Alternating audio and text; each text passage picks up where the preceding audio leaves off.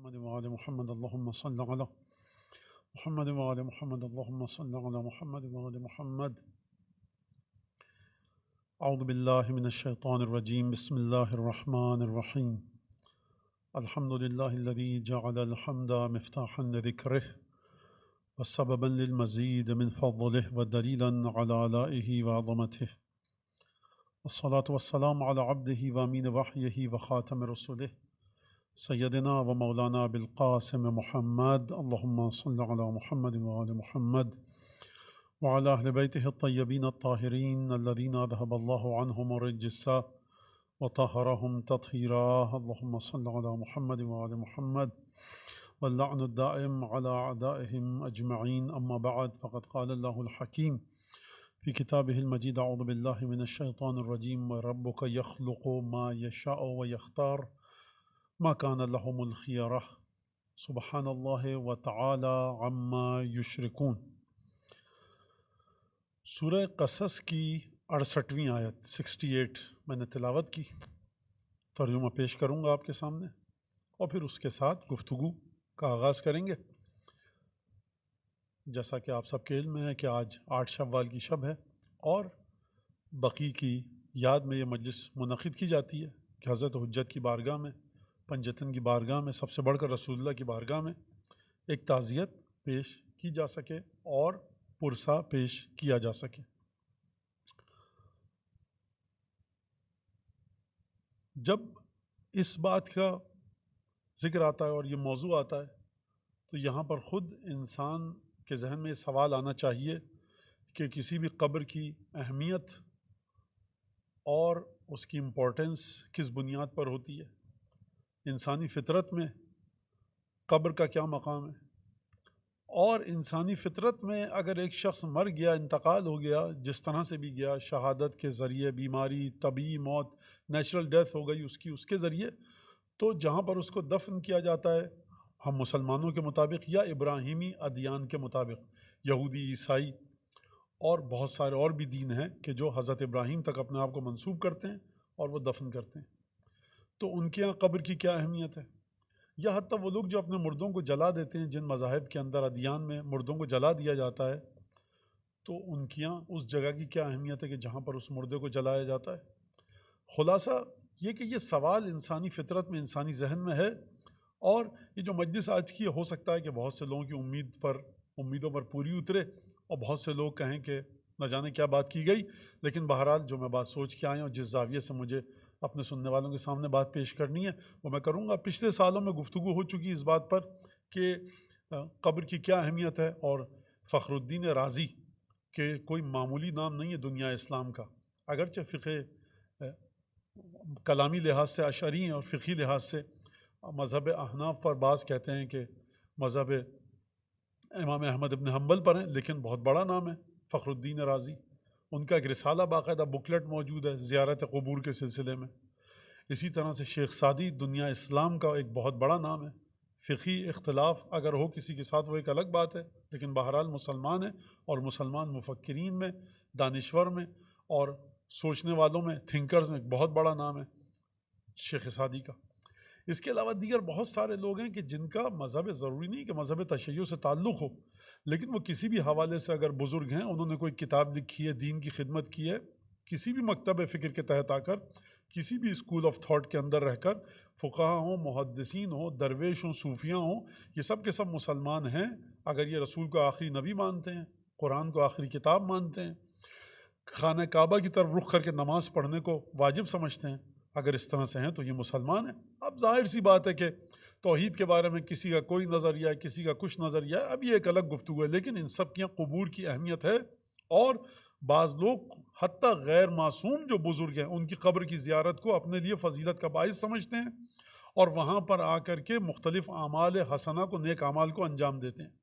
تو اس کا مطلب یہ ہوا کہ قبر کی تعظیم کسی ایک خاص فرقے سے منسوب نہیں ہے، اور قبر کی تعظیم کسی خاص مکتب فکر اور اسکول آف تھاٹ کے ساتھ منسوب نہیں ہے.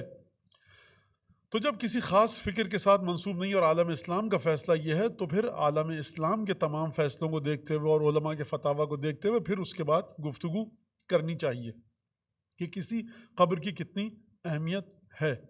اور مرحوم صدر الدین قونوی ایک بہت بڑا نام ہے دنیا اسلام کا، اگرچہ ہمیں شاید بہت سی جگہوں پہ ان سے اختلاف ہو، لیکن انہوں نے اپنے شاگردوں کو وصیت کی کہ ہر رات کو میری قبر پر آ کر 1,00,000 دفعہ لا الہ الا اللہ کا ختم کرنا، مجھے ہدیہ کرنا اور میرا سلام مہدی آخر الزماں کو پہنچانا۔ تو یہ سب چیزیں ہمیں ملتی ہیں، لہٰذا یہ کہنا کہ یہ غلط ہے قبر کی تعمیر، یہ ایک خاص سوچ ہے، اسلام کے علماء کا، اسلامی علماء کا فیصلہ نہیں ہے۔ اگر یہ اتنی غلط بات ہوتی تو خود نبی کریم کا جب وصال ہوا تھا اور نبی کریم جب دنیا سے گئے تھے، تو اگر بہت سادے انداز میں بات کی جائے تو وہ تمام لوگ موجود تھے کہ جنہوں نے براہ راست رسول خدا سے سنت کو اخذ کیا تھا، تو وہ منع کر دیتے کہ دیکھو گنبد مت بناؤ حرام ہے، قبر مت بناؤ حرام ہے، نشان کو مٹا دو حرام ہے، زیارت پہ مت جاؤ حرام ہے۔ تمام فقہا آ رہے ہیں اور تمام کے تمام چیزیں۔ اگر یہ کہا جا رہا ہے کہ اس مسجد میں، میری مسجد میں، مسجد نبوی میں قبر رسول کی وجہ سے اس کی عزت اور اہمیت ہے، ورنہ مسجد تو رسول خدا نے مسجد قباء بھی بنوائی تھی، کئی مسجدیں بنوائی تھیں، لیکن جو حیثیت مسجد نبوی کی ہے وہ نہیں۔ پھر رسول خدا کا یہ جملہ کہنا کہ اپنے حج کو ہماری زیارت پر ختم کرو، اگر ختم نہ کیا تو ہم پر جفا کی، من زارنی ولم یزر عمی حمزہ فقط جفانی، جو میری زیارت کو آئے اور میرے چچا کی زیارت کو نہ جائے حمزہ کو، اس نے مجھ پر ستم کیا۔ تو پہلو میں نہیں ہے، کہیں نزدیک نہیں ہے قبر جناب حمزہ کی، جنگ احد کے میدان میں دور ہے بہت، تو روضہ رسول کی تو آپ زیارت کیجئے جا کر، روایت سامنے ہے، مسجد نبوی میں آ کر نماز پڑھیے، تمام کی تمام جو قبریں وہاں پر ہیں جا کر فاتحہ پڑھیے، دعا کی، جو بھی کرنا ہے، لیکن احد کا میدان کتنا دور ہے، وہاں جائیے آپ۔ جناب سیدہ ہر منگل کو ملتا ہے، شب جمعہ کو جاتی تھی جناب حمزہ کی قبر کی زیارت، شہدائے احد کی زیارت کے لیے۔ عجیب بات ہے کہ حضرت حمزہ کی قبر کی مٹی کی تسبیح بنائی تھی، 14 معصومین میں نہیں ہے جناب حمزہ۔ تو سمجھ میں یہ آیا کہ اگر کوئی اعتراض ہوتا تو صحابہ کرام موجود تھے اس وقت جب رسول کا انتقال ہوا اور وصال ہوا، وہ یہ کہہ دیتے۔ جناب سیدہ سے بڑھ کر کون سنت کو سمجھے گا؟ جناب سیدہ مشرف ہو رہی ہیں زیارت کے لیے، کون جناب سیدہ؟ کہ جن کی عبادتیں اور تمام مقامات اور تمام منازل اور درجات کتابوں میں لکھے ہیں آپ کے سامنے۔ لہٰذا قبر کی اہمیت کس بنیاد پر ہوتی ہے؟ کہ جو قبر میں دفن ہوتا ہے۔ سید الشہداء کا واقعہ آپ کے سامنے موجود ہے۔ شیخ سعدی کون انکار کر سکتا ہے؟ اشعری مذہب ہے کلامی لحاظ سے اور فقہی لحاظ سے، یا کہ یہ حنبلی ہیں یا اہل احناف میں سے ہیں۔ ان کی کتابوں میں ملتا ہے کہ میں حضرت یحییٰ کی جو قبر مطہر ہے، جامع مسجد دمشق اموی مسجد جو ہے، وہاں پر اعتکاف کر رہا تھا۔ شیخ سعدی یہ کہہ سکتے تھے کہ میں مسجد جامع میں اعتکاف کر رہا تھا۔ مسجد جامع میں جو جگہ ڈھونڈی انہوں نے، وہ جناب یحییٰ علیہ السلام کی قبر کے پاس اعتکاف کیا، تو کوئی تو خصوصیت ہوگی قبر میں۔ پھر سید الشہداء جب کوفے یا کربلا کی جانب جا رہے ہیں، آپ کے سامنے تاریخ ہے امام حسین علیہ السلام کی، کیا آپ آئے رسول خدا کی قبر مطہر کے سامنے اور کیا جملہ کہا؟ اللہم بحق ھذا القبر و بحق من فیہ، خدایا تجھے اس قبر کا واسطہ اور جو اس میں ہے اس کا واسطہ، یعنی خود وہ مٹی کے جس میں رسول خدا صلی اللہ علیہ وآلہ وسلم کے جسد مطہر کو رکھا گیا، سپرد خاک کیا گیا، خود اس قبر کی اہمیت ہے۔ باپ کی قبر پہ جاؤ دعا کرنے کے لیے، جس کا باپ مر چکا ہے اس قبر پہ جائے باپ کی دعا کرنے، دعائیں قبول ہوں گی۔ تو یہ اتنی زیادہ اس پہ بحث نہیں ہونی چاہیے، جہاں تک اشارہ تھا وہ میں نے کر دی۔ اب سوال یہ ہے کہ کسی بھی قبر کی اہمیت کس بنیاد پر ہے اور کسی بھی قبر کی اہمیت کس حد تک ہے۔ کسی کی والدہ کی قبر ہے، کسی کے والد کی قبر ہے، جائے دعا کرے، اس کے آپ کے والد کی قبر ہے، میں جاؤں مجھے فاتحہ ملے گا، فاتحہ پڑھنے کا ثواب ملے گا۔ ایک مومن کی قبر پر میں گیا، فاتحہ پڑھی، لیکن آپ کا جو تعلق ہے اپنے والد کی قبر سے وہ میرا تعلق نہیں ہے، تو آپ کی دعا قبول ہوگی، آپ کے گناہ معاف ہوں گے، میرے گناہ کم مقدار میں کہ میں ایک مومن کی قبر پر آ کر فاتحہ پڑھی۔ تو سمجھ میں یہ آیا کہ ہر مومن جو قبر میں جاتا ہے اس کا تعلق جو قبر کے سرہانے کھڑے ہو کر فاتحہ پڑھ رہا ہے، رشتوں کے تعلق کی بنیاد پر یہ تعلق گھٹتا ہے اور بڑھتا ہے۔ اگر آپ کے والد کی قبر ہے اور میں اس پہ جا کے فاتحہ پڑھوں، مجھے والد کی قبر پر آ کر پڑھنے کا ثواب فاتحہ نہیں ملے گا، لیکن آپ کو ملے گا۔ میرے والد کی قبر پر اگر آپ آئیں تو آپ کو ایک مومن کی قبر کے اوپر آنے کا ثواب ملے گا، والد کی قبر پر آنے کا ثواب نہیں ملے گا۔ تو ہوا کیا؟ سمجھ میں کیا آیا کہ تعلق ہے۔ لیکن ایک دفعہ جب حکم دیا جا رہا ہے کہ اپنے حج کو ہماری زیارت پر ختم کرو تو تم ہماری امت ہو، اب یہاں پر وہ قبور نہیں ہے، یہ رسول خدا کی ان قبور کی طرح نہیں ہے کہ جس کا کچھ اگر گہرا تعلق ہے تو زیادہ ثواب، کم تعلق ہے تو کم ثواب۔ یہاں پر اب تم دیکھو تمہارا ظرف وجود کتنا ہے، سب کو آنا ہے رسول خدا کی قبر پر، اور اس کے بعد اپنے اپنے لیے روح کی غذا، معنویت، روحانیت، تقوی، پاکیزگی اس قبر سے تمہیں ملے گی۔ یہ رسول خدا کے سلسلے میں۔ اب جو یہ میں نے آیت پڑھی 68ویں آیت 6 اور 8 سورہ قصص کی، ربک یخلق ما یشاء و یختار ما کان لهم الخیارہ سبحان اللہ و تعالی عما یشرکون۔ ترجمہ سنیے اس کا۔ اے حبیب، اب یہاں پر پروردگار عالم رسول خدا سے مخاطب ہے، اور بات کون سی کر رہا ہے میں بتاتا ہوں آپ کو۔ اے حبیب، ربک تمہارا رب، یخلق ما یشاء و یختار خلق کرتا ہے وہ جو چاہتا ہے، اور اپنی مخلوقات میں سے جس کو چاہتا ہے اختیار کرتا ہے۔ سبحان اللہ ہے، اللہ تبارک و تعالی ہر اس صفت سے کہ جو بندوں کے ذہن میں آئے اور بندے اس کے اپنی ذہنیت کے مطابق خدا کو سمجھنے کی کوشش کریں، غلط۔ خدا اس سے کہیں بلند، سبحان اللہ ہے، و تعالی بلند ہے، عما یشرکون اس سے کہیں زیادہ جو اس کے بندے اس کی ذات میں شرک کرتے ہیں۔ اچھا، اب بات ختم ہو گئی، آیت کا ترجمہ آپ نے سن لیا۔ اب ایک سوال کرتا ہوں، اس میں کوئی ایسی بات ہے جو آپ کو نہیں پتا ہو؟ میں کہوں کہ قبلہ یہ بتائیے کہ خدا خلق کرتا ہے یا کوئی اور؟ آپ کہیں گے خدا۔ اچھا، خدا اپنے انبیاء کو اختیار کرتا ہے، اپنے نیک بندوں کو، یا آپ کہیں گے خدا۔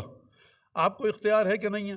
آپ کہیں گے نہیں، ہمیں کوئی اختیار نہیں ہے۔ اچھا، جو خدا کے بارے میں آپ سوچتے ہیں اپنے ذہن سے وہ بہتر ہے، وہ صحیح ہے، یا جو رسول نے بتایا، جو خدا نے بتایا؟ آپ کہیں گے جو اللہ نے بتایا۔ اچھا، جو شرک کرتے ہیں خدا ان کے شرک کے مطابق ہے کہ نہیں؟ آپ کہیں مولانا کیسی بات کریں، شرک تو غلط ہے، شرک سے بالکل خدا دور ہے، جو ہم مشرکانہ چیزیں اپنے ذہن میں لاتے ہیں خدا اس سے دور ہے۔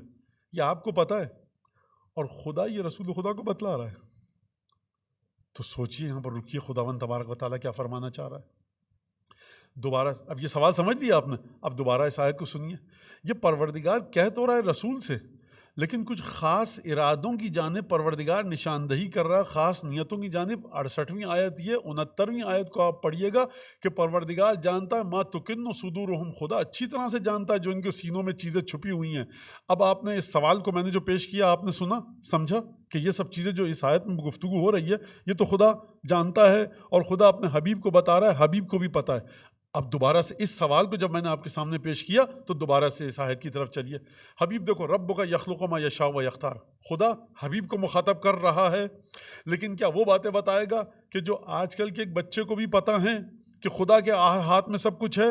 اور پروردگار عالم نے آخری آیت، اس آیت کے آخری ٹکڑے میں اس راز پر سے پردہ اٹھایا۔ دیکھو حبیب، میں دوبارہ سے ترجمہ پیش کر رہا ہوں، اور پھر میں بتاؤں گا کہ ائمہ بقی سے اس کا تعلق کیا ہے۔ ربک یخلق ما یشاء و یختار، تمہارا رب جو چاہتا ہے وہ خلق کرتا ہے، وہ یشاء اپنی مشیت کے مطابق، یخلق ما یشاء جو چاہتا ہے خلق کرتا ہے، وہ یختار اور ان میں سے جس کو چاہتا ہے اختیار کرتا ہے۔ ما کان لہم الخیارہ، ان کے پاس کوئی اختیار نہیں ہے۔ کس کی بات ہو رہی ہے؟ خدا کے علاوہ جو بھی ہے اس کی بات ہو رہی ہے۔ تو خوب توجہ کیجیے گا، نہ خلقت میں کسی کو اختیار ہے کہ میں سیاہ فام ماں باپ سے پیدا ہوں یا سفید فام ماں باپ سے، میں تبت کی چوٹی پر پیدا ہوں یا میں ریگستانوں میں پیدا ہوں، اختیار نہیں ہے کسی کو۔ وہ یختار، یہ جو اختیار کرنے کی بات کر رہا ہے خدا، یہ کس چیز کو اختیار اور چناؤ کی بات کر رہا ہے؟ اس کا مطلب یہ کہ پروردگار جب اختیار کرے گا تو کس بنیاد پر اختیار کرے گا، کس چناؤ کے تحت اختیار کرے گا اور کس لیے اختیار کرے گا؟ یہ سوال اپنے ذہنوں میں رکھیے گا۔ آیت آگے بڑھی، سبحان اللہ و تعالی، اللہ تعالیٰ کہیں بلند و بالا ہے ان صفات سے جو تم خدا کو سمجھنے کے لیے اپنے ذہنوں میں لاتے ہو، بچوں کو بتاتے ہو خدا نور ہے، بیٹا ٹیوب لائٹ ہے، 10 کروڑ 10 ارب 10 خرب ٹیوب لائٹیں لگا دو تو سمجھ لو ایسا ہے۔ سبحان اللہ، اس سے خدا کہیں آگے۔ دیکھو بیٹا پروردگار جو اس پہاڑ کو ہلا سکتا ہے، خدا اچھا اس سے بڑی کیا چیز ہے آپ کے ذہن میں؟ سبحان اللہ، تم خدا کو سمجھنے کے لیے جس چیز کا بھی سہارا لیتے ہو خدا اس سے کہیں بلند ہے، تمہارے ذہنوں سے کہیں بلند ہے سمجھنے کے لیے۔ تم سچے نکتہ بڑا باریک ہے یہاں پر آیت میں، تم خدا کو سمجھنے کے لیے اپنے ذہنوں کے حساب سے خدا کو خلوص کے ساتھ سمجھنا چاہ رہے ہو، لیکن اپنے ذہن کی مدد سے. سبحان اللہ, بہت بلند ہے. یہ تو تم مخلص لوگ تھے, خدا کو اس طرح سمجھنا چاہ رہے ہو. لیکن جو بدبخت اور بد نصیب ہیں, جو مشرک ہیں, وہ تعالی اللہ عما یشرکون, ان کے ذہنوں سے تو کہیں خدا بلند ہے. خوب توجہ کیجیے گا, مجھے نہیں پتا بات پہنچ سکی یا نہیں.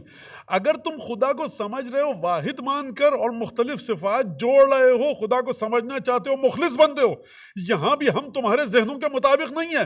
اور جو شرک کر رہے ہیں تعالی اللہ, وہاں تو بات ہی مت کرو. تم جو راستے تک پہنچنا چاہتے ہو اپنے ذہن کے ذریعے, غلط کر رہے ہو, اور وہ تو ہمارے لیے شریک ٹھہرانا تعالی, وہاں سے تو خدا کو بہت بلند ہے. میں اور آسان کروں, سبحان اللہ, اپنی ذہن کی خلق کردہ جو تمہارے thoughts, brain, mind, intellect, wisdom نے کریٹ کیا ہے, جن صفات کو تمہارے ذہن نے خلق کیا ہے. ہمارے بندے ہو, آتے ہو, آنا چاہتے ہو ہماری طرف, نہیں آؤ اپنے ذہن کے حساب سے ہم تک. ہم بہت بلند ہیں. وہ جو پروردگار, وہ جو شرک کر رہے ہیں تعالی اللہ, وہاں تو خدا کی بات ہی مت کرو, وہ تو ہیں بدبخت. اس کا مطلب یہ ہے کہ جو خدا کو اپنے ذہن اور شرک, بات واضح ہو گئی. اب خدا نے اپنے اختیار کے ساتھ کیوں جوڑا؟ یعنی اگر خدا کو تم حکیم اور قادر مطلق مان رہے ہو, اور خلقت کا اختیار اور انتخاب کا اختیار خدا کے پاس ہے, یہ وہ اختیار نہیں ہے جو آپشنل معنی میں ہے کہ پروردگار تو چاہے تو خلق کر, نہیں تو ہم خلق کر دیں, تجھے زحمت ہو رہی ہے تو. نہ, تمہاری حد ہی نہیں ہے, یہ تمہیں سونپا ہی نہیں جا سکتا, محال عقلی ہے. جس طرح سے ایک چیز ایک وقت میں ایک جہت سے, ایک لحاظ سے سیاہ اور سفید نہیں ہو سکتی, اس طرح سے محال ہے, ہو ہی نہیں سکتا. جب نہیں ہو سکتا تو پروردگار نے کہا تعالی اللہ, سبحان اللہ و تعالی عما یشرکون, خدا کہیں بلند ہے اس سے کہ جو یہ لوگ شرک کرتے ہیں. اس کا مطلب کیا ہے؟ اس کا مطلب یہ ہے کہ آپ خدا کو ایک مانیے, لیکن اگر آپ کہیے کہ پروردگار, اگر تو جناب حابیل کے بجائے جناب شیس کو پہلے نبوت دے دیتا تو بہتر ہوتا. آپ مشرک ہیں, آپ خدا کے اختیار میں دخل دے رہے ہیں. خدا کے اختیار کو سامنے رکھ کر جو بھی کہے, اعتراض کرے, وہ گویا کہ خدا کی وحدانیت پر الزام عائد کر رہا ہے, ایک پروردگار کی ذات میں کسی کو شریک کر رہا ہے. اب جب یہ بات یہاں تک آ گئی تو اب ہم یہاں پر جس موضوع کے عنوان سے بیٹھے ہیں اس موضوع کی طرف آئیں. اس چیز کو اپنے ذہن میں رکھیے گا, میرے پاس اب وقت نہیں ہوگا کہ میں دوبارہ جا کر اس بات کو دہراؤں. تو پروردگار عالم نے اختیار کو چھین لیا. اچھا, اب کس سلسلے میں اختیار کو چھینا؟ ظاہر سی بات ہے کہ اس سلسلے میں اختیار کو تو نہیں چھینا کہ آپ کو پائلٹ بننا ہے یا ڈرائیور بننا ہے, آپ کو MBA کرنا ہے یا ACCA کرنا ہے, آپ کو ڈاکٹر بننا ہے یا انجینئر بننا ہے. یہ تو پروردگار نے انسانوں پر چھوڑا. یعنی وہ چیز خداوند تبارک و تعالیٰ جب اختیار کرے گا, اگر اس اختیار کو سمجھنا ہے تو سورہ آل عمران میں چلیے اور وہاں پر جا کر دیکھیے, ان اللہ اصطفیٰ آدم و نوحا وآل ابراہیم وآل عمران علی العالمین ذریۃ بعضھا من بعض واللہ سمیع علیم, کہ پروردگار عالم جب اپنے بندوں کو چنتا ہے تو نسل انبیاء میں سے چنتا ہے. اصطفیٰ اور اختار نزدیک معنوں میں ہے. اختار کا مطلب ہے چن لینا, اصطفیٰ کا مطلب ہے چناؤ, عزت کے ساتھ, تکریم کے ساتھ. اصطفیٰ یعنی صفوت سے نکلا ہے, صفوت یعنی چننا, چناؤ, انتخاب کرنا, سلیکٹ کرنا, اٹھانا, الگ کرنا. کس عنوان سے؟ ہر چیز میں سے اس چیز کی جو خالص ترین چیز ہے اس کو اپنے مقصد کے لیے چن لینا. اگر خالص ترین چیز کو پروردگار چن رہا ہے تو کس لیے چن رہا ہے؟ اپنے دین کو پھیلانے کے لیے, اپنے دین کے پیغامات کو بتانے کے لیے. اگر اپنے دین کے لیے چن رہا ہے تو اس آیت کو اس کے ساتھ جوڑیے کہ یہ چناؤ, یہ انتخاب, یہ سلیکشن خداوند تبارک و تعالیٰ کا کس سلسلے میں ہوگا؟ یہ اپنی ولایت کو تقسیم کرنے کے سلسلے میں ہوگا. ولایت کہاں پر تقسیم ہوگی؟ ولایت تقسیم ہوگی کہ دیکھو پروردگار عالم جہاں پر فرما رہا ہے انما ولیکم اللہ ورسولہ, تمہارا ولی اللہ ہے, اس کا رسول ہے, اور وہ لوگ جو رکوع کی حالت میں زکوٰۃ دیتے ہیں. یہاں پر آ کر اس سلسلے کو بند کر دیا گیا, اطیعوا اللہ واطیعوا الرسول واولی الامر منکم. یہاں پر صاحبان امر کے مرحلے پر آ کر اس ولایت کو اور اس اطاعت کو بند کر دیا گیا. اس سے آگے پروردگار عالم نے بات کو نہیں بڑھایا.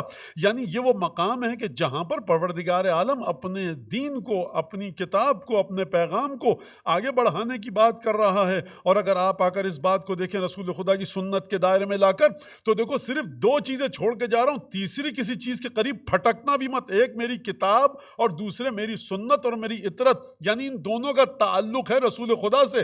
جس طرح رسالت کے سلسلے میں پروردگار عالم نے ہم سے آپ سے تمام اختیارات کو چھین لیا، اسی طرح سے ہم سے آپ سے اختیار کو چھین لیا کہ رسول کی میراث میں کس چیز کو رسول کی میراث قرار دیں، ورثہ قرار دیں. صرف دو چیزیں چھوڑ کر جا رہا ہوں، دیکھو، ایک قرآن اور ایک میرے اہل بیت. یعنی اب بات سمجھ میں آئی کہ رب کا یخلق ما یشاء و یختار ما کان لہم الخیارہ. تمہارا پروردگار جس طرح چاہتا ہے خلق کرتا ہے، جس کو چاہتا ہے اختیار کرتا ہے، چنتا ہے. اور میں ایک خاص ذہنیت کے لیے بہت سے مراحل کو حذف کرتے ہوئے اس بات کو کہوں تاکہ میری بات ثابت ہو جائے، سمجھ میں آ جائے. اب اگر 2 بچے ہیں اور 5 برس کی عمر میں پروردگار عالم کا آخری پیغمبر کہہ رہا ہے اس عمر میں یہ جنت کے جوانوں کے سردار ہیں. بھائی 5 برس کا بچہ ہے، حسن مجتبیٰ نے اگر جب سے چلنا سیکھا ہو، نماز بھی پڑھی ہو. اگر ہم اور آپ صحابی ہوتے، ہماری نمازیں تو زیادہ ہیں امام حسن سے تعداد کے لحاظ سے. پر یا رسول اللہ، یہ آپ ایک تھوڑا سا ذرا سا ریوائز کر دیجیے اپنے فیصلے کو. یہ تو بچہ ہے ابھی، اور اس کو تو شاید وعد اور طاعت کا فرق بھی نہ پتا ہو. ہم نے تو نماز پڑھی ہے، تو رسول خدا آیت پڑھیں گے، ما کان لہم الخیارہ. جنت تمہاری ہے یا اللہ کی؟ اللہ کی. اختیار کس کو ہے؟ خدا کو. دیکھو پیچھے ہٹ جاؤ، فضول باتیں مت کرو، فیصلہ رسول خدا کا ہے. اگر سید الشہداء فرما دیا 6 برس کے آپ چھوڑ دیجیے، قرآن کی آیت پڑھیے، آپ لے کر جا رہے ہیں. تم آمین کہنا مباہلے کے میدان میں جب میں دعا کروں. یا رسول اللہ، یہ بچے ہیں، غلط سلط آمین کہہ دیا، مشکل ہو جائے گی، عذاب الہی کا سلسلہ ہے. ان کو نہیں پتا، بچے ہیں، شاید کسی کا مال انہوں نے غصب کر لیا ہو، شاید کبھی کوئی بات غلط کہہ دی ہو، 2 نواسیں علیہ باللہ. جواب آئے گا تم زیادہ جانتے ہو یا خدا زیادہ جانتا ہے. یہ بچے 5 برس کے ہیں لیکن زبان ان کی اتنی طاہر ہے کہ رسول کی دعا کے پیچھے پیچھے ان کی آمین آئے گی. ما کان لہم الخیارہ رب کا یخلق ما یشاء و یختار. کہ پروردگار کو اختیار ہے جس کو کسی کو کس طرح سے خلق کرے. بھائی کسی کو خانہ کعبہ میں کسی کی آنکھیں کھلیں، آمنہ بنت فاطمہ بنت اسد کی، اور رسول کی آغوش میں آ کر آنکھوں کو کھولے. اب کوئی شخص کسی اور نجس گھر میں پیدا ہو جائے، ہم کیا کریں بھائی؟ ہمارا تھوڑی کوئی قصور ہے اس میں. رب کا یخلق ما یشاء و یختار. تو اب اگر یہاں تک بات آ گئی، اور دین خدا کا اسی طرح بالحق انزلناہ و بالحق نزل، قرآن کو حق کے ساتھ نازل کیا گیا اور حق کے ساتھ نازل ہوا. اور پروردگار عالم نے جس برتن میں، جس ظرف میں، جس دل میں قرآن کو نازل کر رہا تھا، اس کے بارے میں یہ آیت نازل نہ کرتا جو میں پڑھنے والا ہوں. نہیں کرتا نازل. کون سی؟ وما ينطق عن الهوى ان هو الا وحی یوحى. میں نطق اور کلام اور گفتگو کرتا ہی نہیں بغیر سے خدا کے حکم کے. یعنی کیا مطلب؟ اب جب علماء اسلام نے یہ طے کیا، دیکھیں رسول خدا جب وحی کے پیغام کو بھیجتے ہیں نا، تو وہاں پر غلطی نہیں کرتے، لیکن کسی اور جگہ غلطی کر سکتے ہیں. تو قرآن نے اسی فکر کو دیکھ لیا اور کہا کہ دیکھو، تم خدا کے اختیار کے بارے میں یہ کہہ رہے ہو کہ غلطی کر سکتا ہے. وما ينطق عن الهوى، اس کی زبان سے وہ لفظ نکلتا ہی نہیں جو خدا کی مرضی نہ ہو. تو پروردگار جب اتنے خالص طریقے سے اس چیز کو نازل کر رہا ہے زمین پر، تو اب رسول خدا جب دین کو آگے بڑھانے کی بات کر رہے ہیں اور یہ فرمانا ہے میں جا رہا ہوں، 2 چیزیں چھوڑ کر جا رہا ہوں، قرآن اور اہل بیت. اس کا مطلب ہے کہ اہل بیت کی ذات میں وہ تمام خصوصیات ہونی چاہیے کہ جو دین کے خالصیت کو، پیورٹی کو، خلوص کو بچانے کے لیے ضروری ہوں. اور براہ راست یہ انتخاب، یہ اختیار پروردگار عالم کا ہونا چاہیے، کیونکہ یہ بات طے ہو گئی کہ رسول خدا کی زبان خدا کی زبان ہے، رسول خدا کا فعل خدا کا فعل ہے، رسول خدا کا عمل خدا کا عمل ہے. اگر یہ بات یہاں تک سمجھ میں آ گئی اور دین کو آگے بڑھنا ہے، تو اب ایک روایت ہے کہ جو سنن بیہقی میں بھی نقل ہوئی ہے اور سنن کبریٰ میں بھی نقل ہوئی ہے، اور ہمائیاں تو خیر نقل ہوئی ہے، اس کو محدثین نے نقل کیا، اصول کافی میں بھی ہے، مستدرک وسائل میں بھی ہے یہ روایت. اور یعنی کیا مطلب، مختصر شیعہ سنی دونوں علماء نے نقل کیا اس روایت کو. کیا روایت ہے؟ اس روایت کو میں پڑھتا ہوں، اور اب آپ ڈھونڈتے رہیے اس تقریر میں آج کی کہ بقی گئی کہاں پر. مجھے نہیں پتا، جو میری سمجھ میں آ رہا ہوں بتا رہا ہوں، جوڑنا آپ کا کام ہے. اور میں یہاں پر یہ بات بتا دوں نوجوان بچے بچیوں سے، چڑیا کو جال میں پکڑا جاتا ہے باجرہ ڈال کر، گوشت کا ٹکڑا نہیں رکھا جاتا. شیر کو جب آپ پکڑتے ہیں جنگل میں تو گوشت کا ٹکڑا رکھتے ہیں. ریچھ کو جب پکڑا جاتا ہے شکار کے لیے، چڑیا گھر کے لیے، زو کے لیے، تو شہد رکھا جاتا ہے. آپ کو کوئی ابو جہل اور ابو لہب کے فضائل سن کر ٹریپ نہیں کرے گا آپ کے ذہن کو. مت بننے دیجئے بقی کو پولیٹیکل مسئلہ. ائمہ بقی کے قبور مطہر پر کندھے پر رکھ کر بندوق چلانے کی کسی کو اجازت مت دیجئے. بقی کی یاد مناتے ہیں ہم، بینر پر دیکھیے کہاں تک داستان گئی ہے اور لگانے والے کے مقاصد کیا ہیں. سیکھیے امیر المومنین سے جا کر 10 ہجری کے واقعات تمام کے تمام. تو میں بھی کچھ روایت لاؤں گا، پڑھوں گا کہ مسلمانوں پر نہیں، بشریت پر کیا احسان امام صادق علیہ السلام کا، امام محمد باقر علیہ السلام، بشریت پر، انسانیت پر. اور اگر وہ بات منتقل ہو پائی تو یہ بات میں نے ابھی کہی. بقی کو ایک خاص زاویے سے بات کی جائے. اچھا، ایک اور مصیبت، ایک عجیب مصائب ہے. تو امام نے کہا نا، من عمل بما لا یعلم کان اکثر مما یفسدہ اکثر مما یصلحہ، کان ما یفسدہ اکثر مما یصلحہ. مختصر الفاظ میں، جو جاہل آدمی، نادان انسان آ کر کسی چیز کو صحیح کرنا چاہتا ہے نا، تو صحیح کرنے سے زیادہ اس کو برباد کر دیتا ہے. بقی میں جناب سیدہ کی ہم قبر بنائیں گے. اچھا، ہر مسجد میں جائیے آپ ہمارے شہر کی، میں اپنے شہر کی بات کر رہا ہوں، یہاں کی نہیں، ائمہ کا چارٹ لگا ہوا ہے، کب دنیا سے تشریف لے گئے، شہادت ہوئی، کون تھا قاتل، کیسے، طبعی موت، کیا وہ سلسلے، تاریخ ولادت، تاریخ شہادت، اور جائے مدفن روضہ یہاں پر. جناب سیدہ کے بارے میں لکھا جنت البقیع. اچھا، کوئی ہزاروں لوگ آتے ہیں، کوئی زحمت نہیں دے رہا کہ ایک دفعہ چارٹ کو پڑھے. اور جو پڑھتا ہے وہ دیکھ کر جا کر ٹرسٹیوں سے کہتا ہے ہم نے تو لکھ دیا. میاں تم ایک بات بتاؤ، تمہارے والدہ کے بارے میں لکھ دیا جائے کہ فرض کیجئے کہ وائٹ ہاؤس میں، نیو یارک میں دفن ہے، تڑپ کب دفن ہے میری والدہ وائٹ ہاؤس میں، ہٹاؤ یہاں سے. اور جناب سیدہ کے بارے میں لکھ رہے ہو جو دل میں آ رہا ہے. پوچھ لیا کرو جا کر ذرا. ہم ائمہ کی قبر کو، ہم جناب سیدہ کی قبر کو بقی میں بنائیں گے. کس روایت میں جناب سیدہ کی قبر بقی میں؟ نادان ہے، جاہلوں کے ہاتھ میں مسئلہ آ جاتا ہے، جہالت کے ساتھ اس کے ساتھ برتاؤ کرتے ہیں. دوسری بات، اور ایک اور بات جو میں نے پہلے کہی، کندھے پر رکھ کر بقی کے بندوق چلے گی. آپ کو دانہ ڈالا جائے گا بقی کے ائمہ کا نام لے کر، آپ کو دانہ ڈالا جائے گا گمراہی کے لیے امام حسین کا نام لے کر. کوئی نہیں آئے گا ابو جہل اور ابو لہب کا نام لے کر، یا شداد یا فرعون یا حامان کا نام لے کر آئے، قارون کا ذکر کرے. خوب اچھی طرح سے بچے اپنے ذہن میں رکھیں، جب وہ دیکھیں گے مجلس کسی کے لیے بھی اپنے ذاتی اغراض و مقاصد کے لیے، سیاسی غلط اغراض و مقاصد کے لیے جا رہی ہے، اب یہ مجلس امام حسین کے لیے نہیں ہے، امام حسین کے فرش پر آ کر اس مجمع سے فائدہ اٹھایا جا رہا ہے اپنے گولز کو اچیو کرنے کے لیے. کہ اگر آپ میں ہمت ہے، 12 شوال کو آپ جمع کیجئے نا لوگوں کو، آپ کے مینیفیسٹو پہ آئیں. آپ امام حسین کے سلسلے میں کیوں کرتے ہیں؟ آپ ائمہ بقی کے سلسلے میں. یہ مولانا کیا کہہ رہے تھے، غلط کہہ رہے تھے، کہتے رہیے غلط. آپ امام حسین کی آبا گر رہی ہے، میرا امامہ جائے جہنم میں، امام حسین کی آبا گر رہی ہے، آپ سنبھالیے اس کو. کہ ہوش ہی نہیں کسی کو، جو بول رہا ہے ہمت ہی نہیں کسی کی کہنے کی. میاں کہاں سے پڑھ لو، کہاں لکھا ہے جنت البقیع میں جناب سیدہ کی قبر ہے؟ تو مسئلے کو نجاستوں سے بچائیے، طہارت کے مقام پر رکھیے. یہ میرا پرسیپشن ہے. آپ کو اختلاف ہے، آپ اختلاف کیجئے دلیل کے ساتھ، لیکن صبح کے نیوز پیپر، شام کے نیوز پیپر والی باتیں تو کیجیے گا مت. روایت حدیث کے مطابق چلیے، آپ سیرت ائمہ، تاریخ ائمہ، ہسٹری کو ائمہ کی لے کر چلیے، پھر بات کیجیے. خیر، یہ زیادہ بات ہو گئی، اس سے زیادہ میں یہ گستاخی کرنا بھی نہیں چاہتا ممبر آج بقی کے عنوان سے، لیکن یہ بات ضروری تھی. نوجوان بچے بڑے خوش ہو کر مولانا یہ کر دیا اور اس کے بارے میں یہ نعرہ لگا دیا. کس نے حق دیا تھا میاں تمہیں نعرہ لگانے کا؟ کربلا کے میدان میں امام حسین نے کیا نعرہ لگایا؟ کوئی نعرہ نہیں. میں تمہاری نبی کی بیٹی کا بیٹا ہوں، بس. کسی کو قتل کیا ہے، مال لیا ہے، تمہارا غصب کیا ہے، شریعت میں تبدیلی کی ہے، جناب زینب کے خطبے پڑھی ہے، امام سجاد کے. تو جب ہمارے لوگ دور ہو جائیں گے اپنی بالکل فرسٹ ہینڈ نالج سے، تو پھر ہر شخص ان کو فکری لحاظ سے اغوا کر سکتا ہے. کانفسکیٹڈ کہیے آپ، یا کڈنیپ کہیے آپ، یا اغوا فکری یعنی ایبڈکٹڈ ہو جاتے ہیں، وہ جکڑ لیا. بہرحال میں اس میں نہیں جاؤں زیادہ. اب دین کو چلنا ہے آگے. تاریخ بہقی، سنن بہقی، سنن بہقی اور سنن کبریٰ دونوں میں یہ، اور ہمارے یہاں تو میں نے بتایا کہ ہمارے محدثین نے نقل کیا.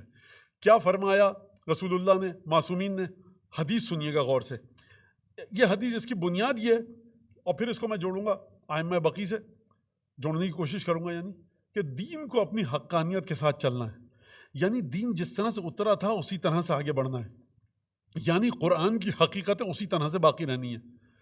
کون بچائے گا؟ میں، یہ جو امامے والا بیٹھا ہے ممبر پہ، یہ آپ کیسے بچائیں گے؟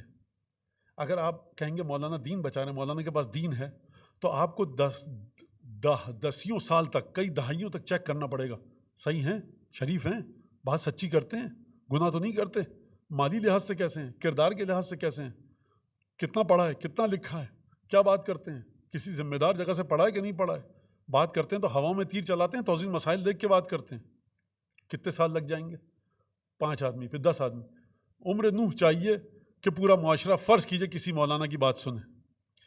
تو خوب توجہ کیجیے گا اس نقطے پر، پروردگار عالم نے آپ کو اس زحمت سے بچا لیا، شخصیت کو چھان پھٹک کرو گے تو عمر نوح چاہیے، ہم اپنے رسول کی زبانی تمہیں بتلا دیں گے کہ رسول کے بعد کون رسول کے دین کو چلائے گا، تم چھان پھٹک مت کرو، مر جاؤ گے بھائی، موت آ جائے گی، تم نہیں سمجھ سکتے ہو، لہٰذا اب یہ بات ہو گئی تو قرآن اور اہل بیت، حدیث ثقلین یا ثقلین۔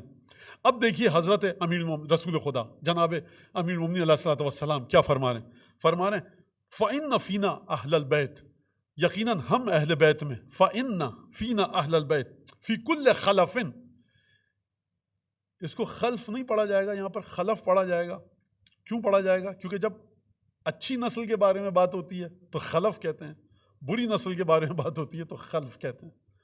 فَإِنَّ فِينَا أَهْلَ الْبَيْتِ فِي كُلِّ خَلَفٍ، دیکھو یقیناً ہم اہل بیت میں، کسی ادھر ادھر کی جگہ پہ نہیں، ہم اہل بیت میں، بس بات آپ تو اور ہم تو نکل گئے کنارے پہ، ہم اہل بیت میں فی کل خلف، ہر نسل میں، عدولاً، ایسے لوگ ہیں جو متحنف ہیں، جو دین حنیف پر ہیں، کیا مطلب؟ لا شرقیت ولا غربیت، نہ دائیں طرف جھکاؤ ہے نہ بائیں طرف، جو شخص، اچھا میں آپ سے پوچھتا ہوں، جو نہ دائیں طرف جھکے نہ بائیں طرف، وہ ہوتا کہاں پر ہے؟ مستقیم۔ یہ مستقیم مطلب کیا مولانا؟ عربی کا لفظ ہے، سرکار آپ 5 دفعہ دن میں نماز پڑھتے ہیں، مستقیم کا لفظ آپ مجھ سے پوچھ رہے ہیں، تو سمجھ لیا آپ نے، عدولاً، سیدھے رستے پر ہیں۔ اچھا ان کا کام کیا؟ ینفون عنہ تحریف الغالین، یہ دور کرتے ہیں، نفی کرتے ہیں، مٹاتے ہیں، ہٹاتے ہیں، ڈیلیٹ کرتے ہیں، ایلیمینیٹ کرتے ہیں، جدا کرتے ہیں، چھان پھٹک کرتے ہیں دین پر سے۔ کس چیز کو ہٹاتے ہیں؟ تحریف الغالین، غالی کہتے ہیں غلو کرنے والوں کو۔ اچھا یہ بات میں بتا دوں، یہ جو غلو کا لفظ میں استعمال کر رہا ہوں، کوئی صاحب میری طرف سے اڑیسہ، ناگالینڈ، آسام، یا مثال کے طور پر کنیا کماری، پونڈیچری، تورخم، چمن کے بارڈر پر دیکھا مولانا غالیوں کے خلاف ہیں، اور غالی کا یہ میں غالی ایک خاص لفظ ہے، جو بیچارہ زیادہ ماتم کر رہا ہے غالی، جس نے جھک کر دروازے کو چوم لیا مولا حسین کے، وہ غالی، جس نے، میں وہ بات نہیں کر رہا غلو کی جو آپ کے معاشرے میں روایت کے حساب سے بات کر رہا ہوں۔ غلو کا معنی ائمہ سے پوچھی، اب میرے ساتھ کوئی اسٹیکر لگا دے، دیکھا مولانا اس کے خلاف ہیں، میں اس غلو کے خلاف نہیں ہوں، نہ میں اس کو غلو مانتا ہوں جو آپ لوگ کہتے ہیں، میں اس کو غلو مانتا ہوں جو روایت کی بات ہے۔ میری آپ سے چل رہی ہے دشمنی، ذرا جھکے، السلام علیکم صاحب العصر والزمان، ارے شرک غلو، یہی تو مولانا کہہ رہے تھے، امام کا زمانہ کا نام ہے، آپ جھک گئے، ارے سرکار چھوڑ دیجئے اس بندہ خدا کو، بدبخت کو، اس کو جھکنے دیجئے۔ غلو کا معنی آپ اسی عالم سے پوچھئے جس نے بات کی ہے، جو روایت میں آیا ہے۔ غلو کا لفظی ترجمہ ہے حد سے آگے بڑھ جانا، یعنی دین کو جو بڑھا دے گا، غلط مقام پر چلا جائے گا اور اپنی حد سے آگے بڑھ جائے گا، تو ہر نسل میں ہم اہل بیت میں سے کوئی نہ کوئی ہوگا، ینفون عنہ تحریف الغالین، تحریف یعنی کسی بات کو اس کی جگہ سے ہٹا دینا، تو وہ بچائے گا۔ سب سے پہلے کس سے بچائے گا؟ تحریف الغالین۔ دوسرا کس سے بچائے گا؟ وانتحال المبطلین، مبطلین یعنی باطل کام کرنے والے، انتحال یعنی نسبت رکھنا۔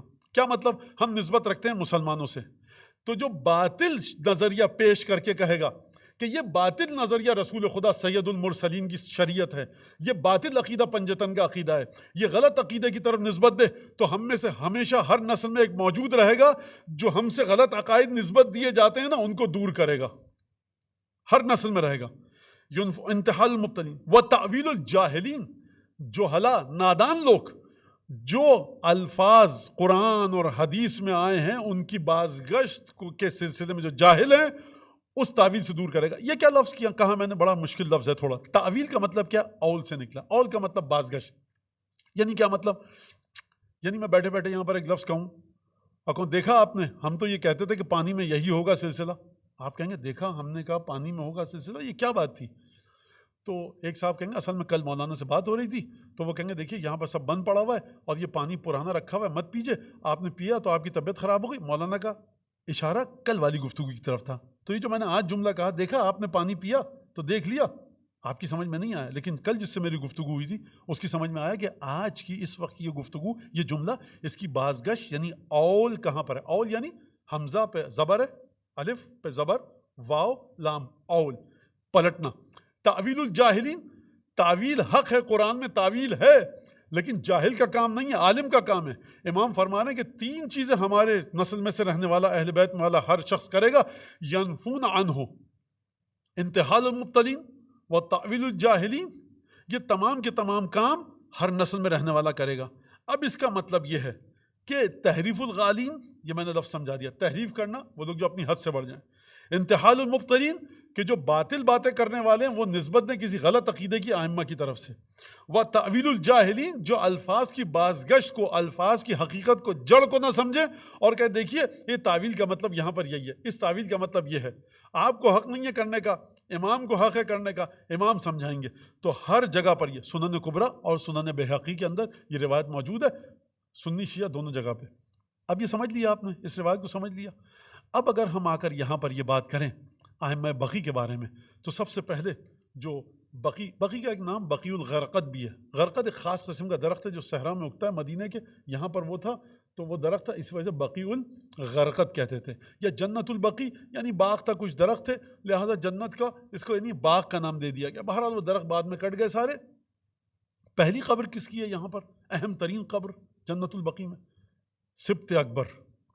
کائنات میں، عالم غیب اور عالم شہود میں، ملائکہ سے لے کر جنت سے لے کر اس دنیا تک آئیے، پوری کائنات میں چلے جائیے، سبط اکبر بڑا نواسا ایک ہی ہے، حضرت امام حسن مجتبیٰ. کیا مرتبہ ہے، کیا مرتبہ امام حسن مجتبیٰ کا؟ سیدہ شباب اہل الجنہ. اگر کوئی آپ کہیں کسی عیسائی سے، ہندو سے، بھائی ایک بچہ تھا مدینے میں 6 برس کا، اس کو ہمارے رسول نے کہا تھا کہ جنت کے جوانوں کا سردار ہے. کہے گا اچھا تو جنت میں بوڑھے بھی ہوں گے؟ آپ کہیں گے نہیں، جنت میں جو بھی جائے گا جوان ہو کے جائے گا ہمارے دین کے مطابق. تو وہ پھر غیر مسلم پوچھے گا تو یہ بچہ سب کا سردار ہوگا؟ کہا کہ ہاں. کہا بھائی لے چلو اس بچے کے پاس مجھے. آپ کہیں اس کا تو انتقال ہو گیا. تو کہیں اچھا پھر اس کی قبر کہاں ہے؟ کہیں وہ قبر یہ ہے. کہا یہ قبر تو تمام قبروں کی طرح ہے جنت کے جوانوں کا سردار، اور قبر ہے میری اور آپ کی طرح. تم کیسے لوگ ہو بھائی، عجیب ہے. کیا جواب دیں گے آپ؟ جس کو رسول اپنے کندھے پہ بٹھائیں، آغوش میں رکھیں. اچھا یہ میں بتا دوں کہ ہم لوگ جو ہے نا وہ بڑا مسئلہ ہے غلط.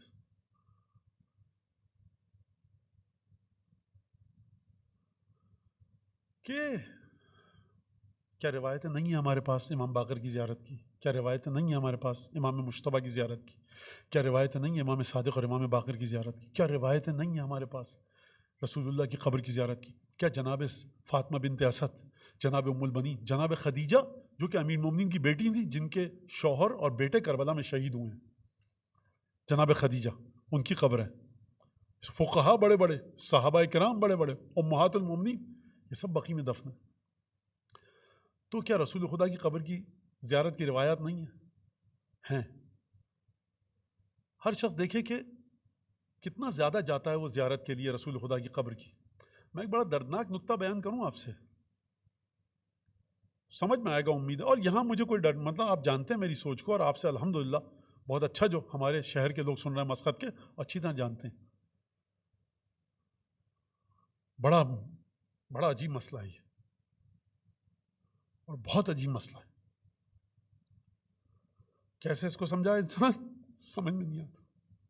مشہد آیا قافلہ، کربلا کب جائیں گے؟ ارے ہم تو کربلا جانا ہے، مشہد سے جلدی نکلے. صلوات اللہ وسلام علیہ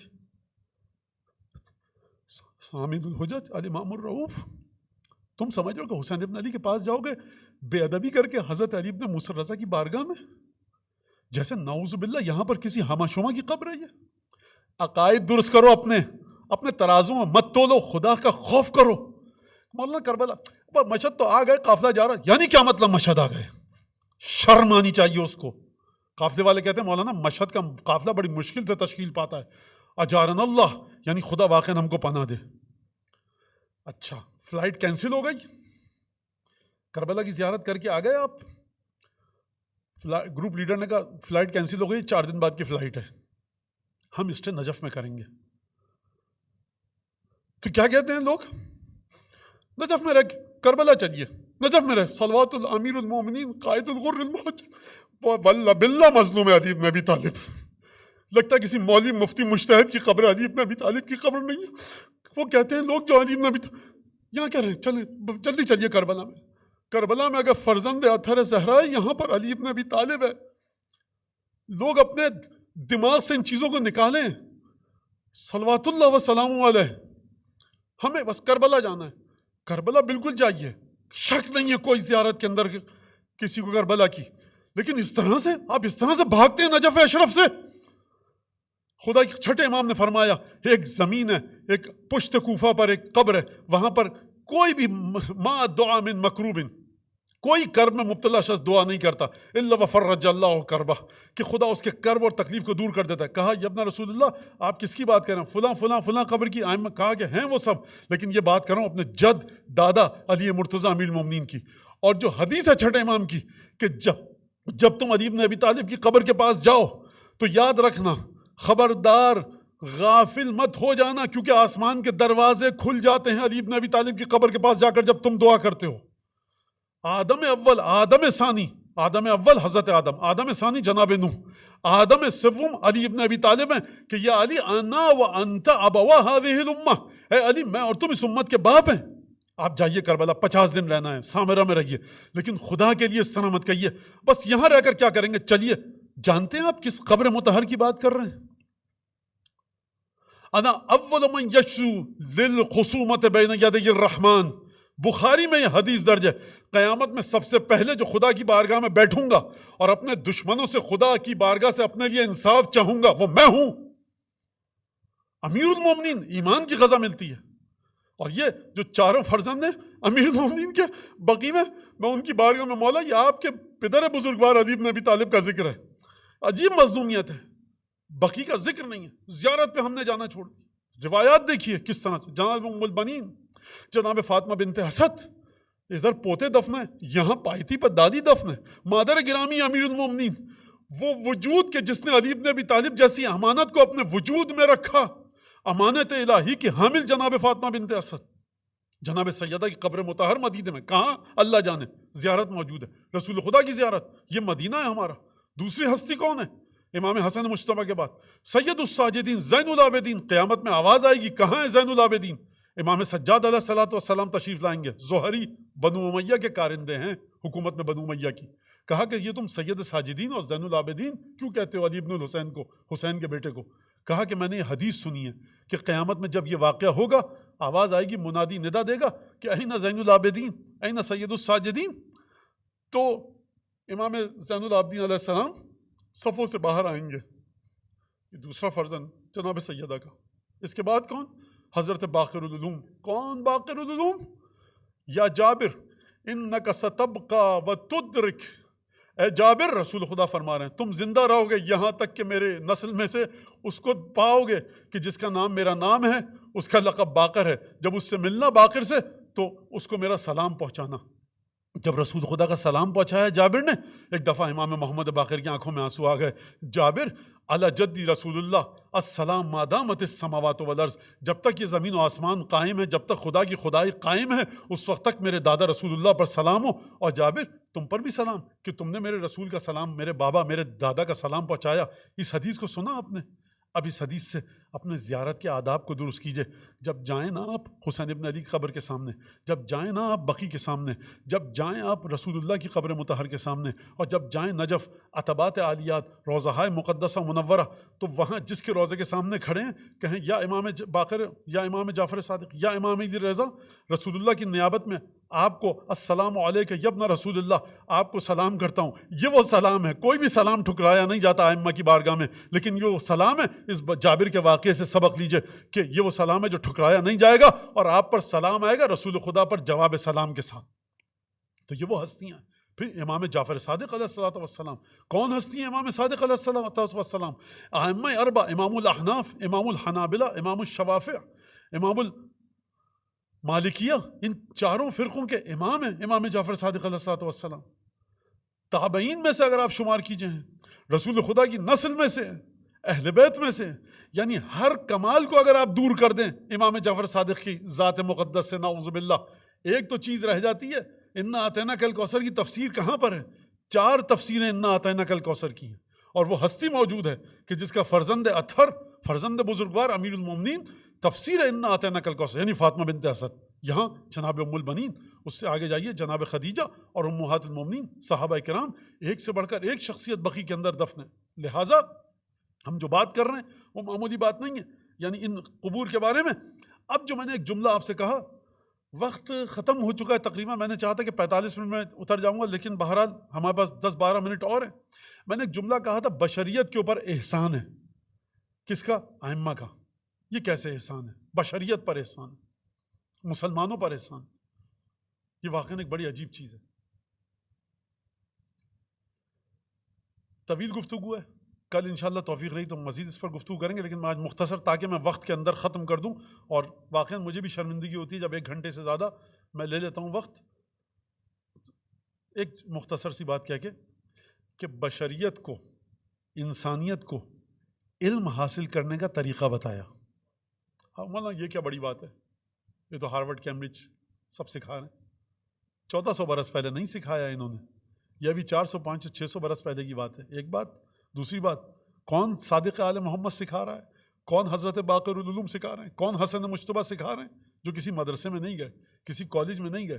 ابھی مامون الرشید کا، مامون کا زمانہ نہیں آیا ہے کہ جب یونان کی کتابیں ترجمہ ہو کر آئیں گی، جب ہندوستان سے سنسکرت کی کتابیں ترجمہ ہو کر آئیں گی۔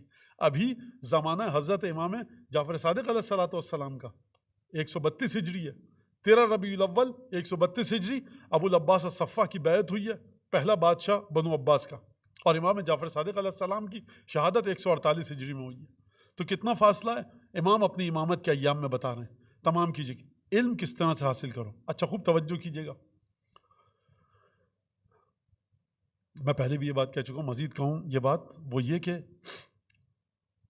اور یہ بات بار بار کہنی چاہیے، کہ اگر کسی کی شخصیت میں ایک چیز بڑی نمایاں ہے، برجستہ ہے، پرومیننٹ ہے، پروجیکٹڈ ہے، لوگ اس کو اسی حوالے سے جانتے ہیں اور تعریف بھی کرتے ہیں، اور پھر آ کر وہ اپنی ہی اس خصوصیت کو نفی کرے اور ایسی خصوصیت کے بارے میں بتائے کہ جہاں ہم اور آپ نہ پہنچ پائیں۔ مثال دوں، ڈاکٹر صاحب کیا کہنے ہیں آپ کے، کیا آپ سرجری کرتے ہیں، کیا ڈائگنوز کرتے ہیں، کیا دوا دیتے ہیں، اور کس طرح سے مریض کو دیکھتے ہیں، اور آپ نبض دیکھتے ہیں، زبان کا رنگ دیکھ کر، آنکھوں کا، ناخن کا، کیا بات ہے آپ کی، اور کیا طبابت، اور کیا آپ کے ڈائگنوس، اور کیا پیتھولوجی، اور کیا پتہ نہیں ایناٹومی، اور کیا۔ ڈاکٹر سنتا رہے، کہے بہت شکریہ، لیکن میں بتاؤں آپ کو ڈاکٹری یہ نہیں ہے۔ پھر کیا ہے؟ ایک تفکر کی قوت ہے جو میرے دماغ میں ہے۔ ارے ہم تو یہ کہہ رہے تھے، اور یہ کہہ رہا ہے کہ اس پہ مت سمجھنا، بہک جاؤ گے۔ سرکار آپ کیا عبادت کرتے ہیں اور کیا نماز روزہ ہے آپ کا، یا صادق آل محمد؟ پھر امام کہیں نماز روزے پہ مت جانا۔ بخدا یہ حدیث جو ہے نا، یہ اچھا میرا کوئی کمال نہیں کہ میں کوئی بات کر رہا ہوں، یہ حدیث جو ہے نا، بخدا یہ مسلمان ملکوں کے تو لائق ہے بھی نہیں کہنے کے، ہم لوگوں کے۔ یہ جائیے بات جا کر کیمبرج اور آکسفورڈ میں کیجیے، میکگیل میں کیجیے، سوربون یونیورسٹی میں کیجیے، وہاں پر جا کر بات کیجیے، اور الحمدللہ وہاں پر ہیں لوگ جو چھان پھٹک کرتے ہیں۔ واقعی یہ کیا جملہ ہے، ایک جملہ اصول کافی کے کونے میں شیخ کلینی رضوان اللہ تعالیٰ علیہ کیا کہنے۔ ہم اور آپ ہوتے تو گھبرا جاتے کہ یہ لکھیں جملہ کہ نہیں لکھیں، کہ نہ نماز کو دیکھو نہ روزے کو دیکھو۔ لا عبرت بکثرت الصوم والصلاۃ، نماز روزے کی کثرت کی اہمیت نہیں ہے بلکہ اس کی عقل کو دیکھو۔ اچھا عقل کو دیکھ لیا، اب عقل کی علامتیں بتائیں، عمل میں کیسے ہو عقل، فکر میں کیسے ہو عقل، سماج میں کیسے عقل ہو، کتنی طرح کی عقل ہے۔ یا امام صادق ہم آپ کی عبادت کو دیکھتے ہیں، ہمیں کیا پتا آپ کی عقل کس مقام پر ہے، تو امام علامتیں بتا رہے ہیں کہ دیکھو علامتیں ہم بتا رہے ہیں، اپنے ذہن سے ہم کو سمجھو۔ یعنی آپ بتائیے اتنی لبرٹی، اتنی فریڈم کہیں پر ہے کہ تم اپنے ذہن کی حجت کے حساب سے ہم کو امام مانو۔ اس وقت امام صادق علیہ السلام نے، امام محمد باقر نے، امام سجاد نے اپنی شخصیت کو ثابت کروایا کہ جب زمانہ مخالف تھا، باپ کا قاتل تخت پر موجود ہے، دشمن موجود ہے، اس وقت اپنی ذات کو ثابت کروایا، بالکل اپنے جد رسول اللہ صلی اللہ علیہ وآلہ وسلم کی طرح کہ صادق اور امین، مکے کے مشرکوں کی زبان سے کہلوایا۔ اور کب تک کہلوایا؟ جب بعثت کا اعلان کیا، جب چلے ہیں ہجرت کو تو امانتیں موجود تھیں، جناب امیر کو دے کر آئے ہیں۔ یعنی تم جھوٹے ہو، تم نبی نہیں ہو، لیکن امانتیں تم رکھو۔ عجیب انچبول عجبیس، عجیب سلسلہ ہے یہ۔ تو آپ یہ دیکھ رہے ہیں، بڑی عجیب شخصیت ہے یہ اس کو کہتے ہیں ہمارے بچے کیرزمیٹک شخصیت، یعنی میں ہوں دشمن علی بن ابی طالب کا، میری جنگیں ہو سکتی ہیں علی بن ابی طالب سے، میں خون کا پیاسا ہوں، لیکن جب بھی کوئی علی کا چاہنے والا آئے جو علی کے ساتھ اٹھتا بیٹھتا ہو، اچھا یہ بتاؤ علی تھے کیسے؟ ارے آپ تو دشمن ہیں. شخصیت اتنی عجیب ہے، کیا کیا جائے کہ علی کے چنگل سے نکل نہیں سکتے. کرزمیٹک شخصیت ہے. مثالیں بہت ساری ہیں، لیکن بہرحال یہ ماحول نہیں ہے ان مثالوں کو دینے کا، نہ ممبر ہے، ورنہ مثالیں الحمدللہ بہت ہیں اور ہر گوشے سے ہیں زندگی کے کہ مثالوں کو بیان کیا جا سکے. میں ایک جملہ کہوں گا، سمجھنے والے سمجھ لیں. فنون لطیفہ، fine art, human skills border کی پابند نہیں ہیں. جوش کو ہندوستان بھی اتنا پسند کرتا ہے جتنا پاکستان. اقبال کو ہندوستان میں بھی پسند کیا جاتا ہے پاکستان میں. تلسی داس کے ترجمے ہمارے یہاں بھی ہوتے ہیں. رابندر ناتھ ٹیگور کی گیتانجلی اگر ہندوستان میں بنگلہ میں پڑھی جاتی ہے تو سنسکرت میں بھی ترجمہ ہوا، اردو میں بھی ترجمہ ہوا، فارسی میں بھی ترجمہ ہوا. تو سرکار ایک دفعہ جب کوئی چیز دل و دماغ پر قابو پا لے تو آپ کی 3 جنگیں ہو چکی ہیں ہندوستان پاکستان کی، لیکن رابندر ناتھ ٹیگور ہندوستان میں نہیں رہ پایا. مرحوم حاجی سبزواری کا شعر ہے، اب یہاں تک بات آ گئی، یہ کہنے دیجئے. فارسی کا شعر ہے: پریرو تاو مستوری ندارد، درر بندی سر از روزن برآرد. امیر المومنین کے لیے کہ زیبا رو، خوب رو، اس میں چھپنے کی طاقت نہیں ہے. کھڑکی بند کرو گے وہ کسی روزنے سے خوبصورتی نکل کے آئے گی، جتنا دباؤ گے نکل کر آئے گی. تمہارے قابو میں ہی نہیں ہے. یہ ذات علی بن ابی طالب یہ ہے، کسی کے قابو، مظلوم کائنات کا علی بن ابی طالب، یعنی عجیب شخصیت ہے. تو اور یہ علی بن ابی طالب کے بچے کس طرح سے، کیا بات کی جائے. لیکن بہرحال حدیثیں رہ گئیں، وقت ختم ہو گیا. میں انشاءاللہ کل اگر توفیق دی خدا نے تو اس بات پر گفتگو کی بشریت پر احسان کیا ہے ہمارے ائمہ کا، اور اسلام پر کیا احسان ہے ائمہ کا. ایک تو یہ حدیث میں نے آپ کو بتائی، ینفون عنہ تعویل الجاہلین وانتحال المبتلین، مبتلین یعنی باطل کام کرنے والوں کا جو نسبت دیتے ہیں اس کو دور کریں گے. تعویل الجاہلین، تعویل کا معنی میں نے بتایا بازگشت، کسی قول کو، بات کو لوٹانا، اس کی جڑوں تک، روٹ تک پہنچنا. جاہل انسان کسی بات کو اس کی جڑ تک نہیں پہنچا سکتا، وہ غلط جگہ نکل جائے گا. اور تحریف الغالین، جو اپنی حد سے آگے بڑھ کر قرآن میں، دین میں تحریف کر رہے ہیں، ان کو روکا جائے گا. تو یہ اس سے بڑا کوئی احسان ہو سکتا ہے؟ اب اس کے اوپر تشریح بڑی طویل ہے، لیکن میں ادھر نہیں جاؤں گا اور بس گفتگو کو ختم کروں. 4-5 جملے اپنے ٹوٹے پھوٹے حضرت امام مجتبیٰ کی بارگاہ میں، حضرت امام زین العابدین سید الساجدین کی بارگاہ میں، اور امام محمد باقر کی بارگاہ میں، امام جعفر صادق کی بارگاہ میں، جناب فاطمہ بنت اسد کہ بی بی آپ اپنے بیٹوں کے ساتھ دفن ہیں بقیع میں. جناب خدیجہ دختر گرامی امیر المومنین جن کے شوہر اور بیٹے کربلا میں شہید ہوئے. جناب ام البنین جس نے علی بن ابی طالب کو وہ سپوت دیا. میں اکثر یہ جملہ پڑھا ہے آپ کے سامنے کہ جب حضرت حجت سلام اللہ علیہ عجل اللہ تعالی فرجہ الشریف جب مدینہ آتے ہوں گے، ایک زیارت ایک دفعہ رسول کی زری کا رخ کر کے پڑھتے ہوں گے، مادر گرامی مادر حسنین کی بارگاہ میں جاتے ہوں گے، ایک دفعہ جب بقیع میں آتے ہوں گے، اور ایک دفعہ جب سلام پڑھتے ہوں گے، السلام علیکم یا ائمۃ البقیع، اے بقیع میں آرامیدہ اور محو استراحت، اے ہم میرے اجداد، کیونکہ چاروں امام زمانہ کے اجداد ہیں، جد ہیں، آبا کی فہرست میں آتے ہیں. ایک دفعہ جب زیارت پڑھتے ہوں گے، ہم اور آپ جب زیارت پڑھتے ہیں تو ہماری نگاہ ان شکستہ، ان ویران قبروں کی طرف ہوتی ہے کہ جن پر کوئی سائبان نہیں ہے. لیکن جب امام زمانہ ایک دفعہ امام حسن کی قبر کی طرف دیکھتے ہوں گے تو 50 ہجری کا منظر یاد آتا ہوگا جب میرے بابا امام حسن مجتبیٰ کو زہر دیا گیا اور مولا خون کی قے کر رہے تھے. ایک دفعہ مورخین بیان کرتے ہیں کہ جناب زینب عیادت کے لیے آئیں تو جلدی سے تشت کو امام حسن مجتبیٰ نے چھپا دیا کہ میری بہن مجھے خون کی قے کرتے ہوئے نہ دیکھے. پھر اس کے بعد جب امام زمانہ امام سجاد کی زیارت پڑھتے ہوں گے تو اس طوق و زنجیر کی طرف نظر جاتی ہوگی کہ جس نے امام کی پنڈلیوں کے گوشت کو گھلا دیا تھا. کبھی امام باقر اور امام جعفر صادق کو دیکھتے ہوں گے تو مدینے کا وہ منظر یاد آتا ہوگا کہ جب صادق آل محمد پا برہنہ ننگے پیر فوجیوں کے ساتھ دوڑ رہے ہیں اور فوجی گھوڑا بھگائے جا رہا ہے کہ جعفر صادق جلدی چلو بادشاہ نے بلایا ہے.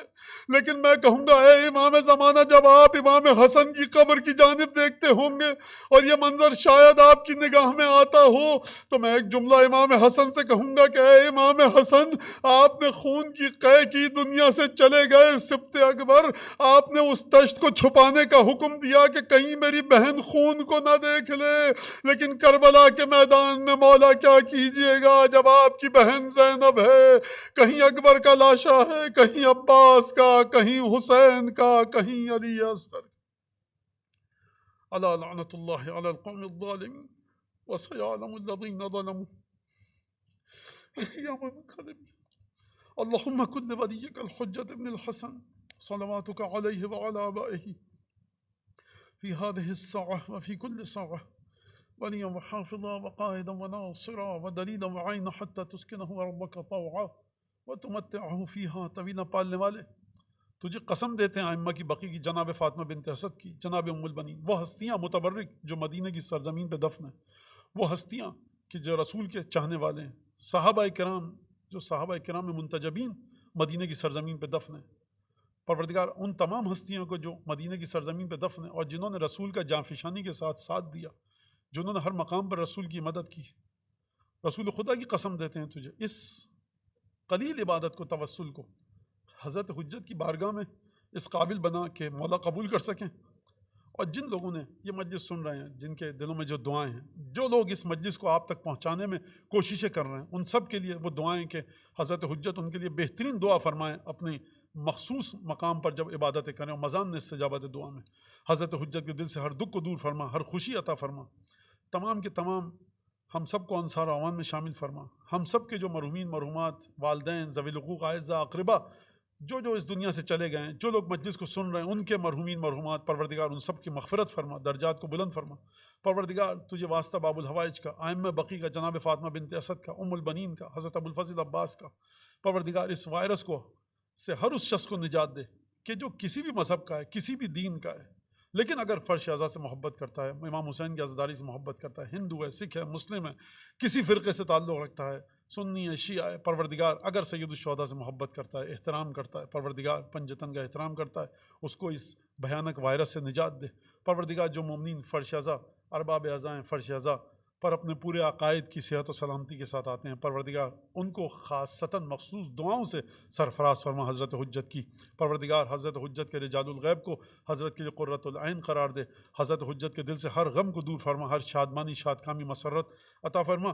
آپ حضرات سے درخواست ہے، ویسے تو کل مرحومین و مرحومات کو شامل کرتے ہیں آپ، لیکن خصوصاً جو نام آئے ہیں، مرحومہ یاسمین تاج بنت مرحوم میر عنایت حسین، مرحوم مولانا سید ہاشم رضا جعفری، اور اس کے ساتھ ساتھ وہ جتنے لوگ بھی جو آج ان ایام میں بقی کی زیارت کے لیے گئے ہیں، ان سب کے مرحومین و مرحومات کے لیے، اور جن کے دلوں میں محبت ہے ان سب کے لیے۔ بسم اللہ الرحمن الرحیم، الحمدللہ رب العالمین الرحمن الرحیم مالک یوم الدین، ایاک نعبد و ایاک نستعین، اہدنا الصراط المستقیم صراط الذین انعمت علیہم غیر المغضوب علیہم ولا الضالین۔ بسم اللہ الرحمن الرحیم، قل هو اللہ احد اللہ الصمد لم یلد ولم یولد ولم یکن له کفوا احد، اللهم صل علی محمد وآل محمد وعجل فرجهم۔ سبسکرائب کیجئے ذکر ٹی وی اور اس علم کے سفر میں ہمارے قدم کے ساتھ قدم ملائیے۔